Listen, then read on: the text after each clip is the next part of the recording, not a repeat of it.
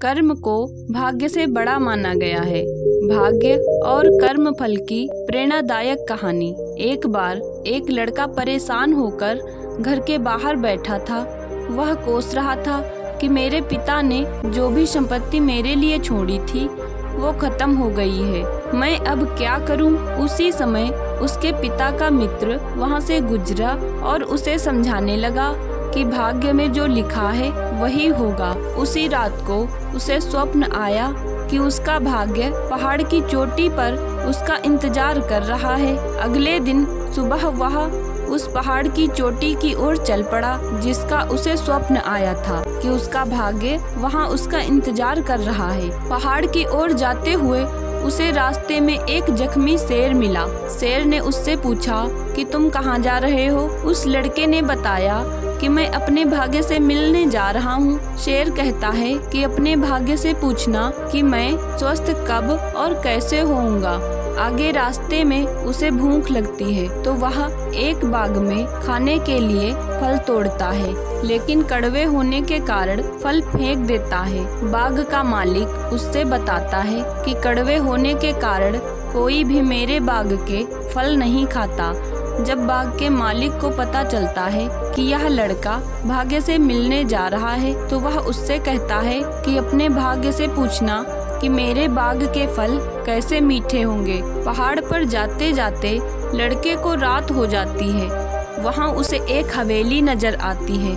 वह हवेली की मालकिन से वहाँ रहने की अनुमति मांगता है। हवेली की मालकिन उससे वहाँ आने का कारण पूछती है तो वह उसे बताता है कि मैं अपने भाग्य से मिलने जा रहा हूँ। हवेली की मालकिन कहती है कि अपने भाग्य से पूछना कि मुझे खुशी कब मिलेगी। अगले दिन सुबह वह पहाड़ की ओर चल पड़ता है और उसे सचमुच वहाँ उसका भाग्य मिलता है। वह लड़का भाग्य को उसके साथ चलने को कहता है और शेर बाग के मालिक और हवेली की मालकिन के सवालों के जवाब मांगता है। भाग्य तीनों के सवालों का जवाब दे देता है और कहता है कि तुम चलो अपना कर्म करो, मैं तुम्हारे पीछे पीछे आता हूँ। हवेली की मालकिन को वह बताता है कि जब तुम शादी करोगी तब तुम्हें खुशी मिलेगी। वह उस लड़के से ही शादी करने की बात कहती है और लड़का मना कर देता है। लड़का बोला, नहीं, मैं तुमसे शादी नहीं करूँगा क्योंकि मेरा भाग्य मेरे पीछे आ रहा है। बाग के मालिक को सवाल के जवाब में उसने कहा कि भाग्य के अनुसार तुम्हारे बाग में जहाँ से पानी आता है वहाँ सोना दबा है, जिस कारण बाग के फल कड़वे होते हैं। सोना हटाने के बाद बाग के फल मीठे हो जाएंगे। बाग का मालिक लड़के से कहता है कि सोना मैं खोद कर निकाल देता हूँ, सोना तुम ले जाओ। लड़का कहता है कि मुझे सोने की जरूरत नहीं है, मेरा भाग्य मेरे पीछे आ रहा है। अब वह शेर के पास पहुंच जाता है। शेर कहता है कि मेरे सवाल का जवाब पूछकर आए हो?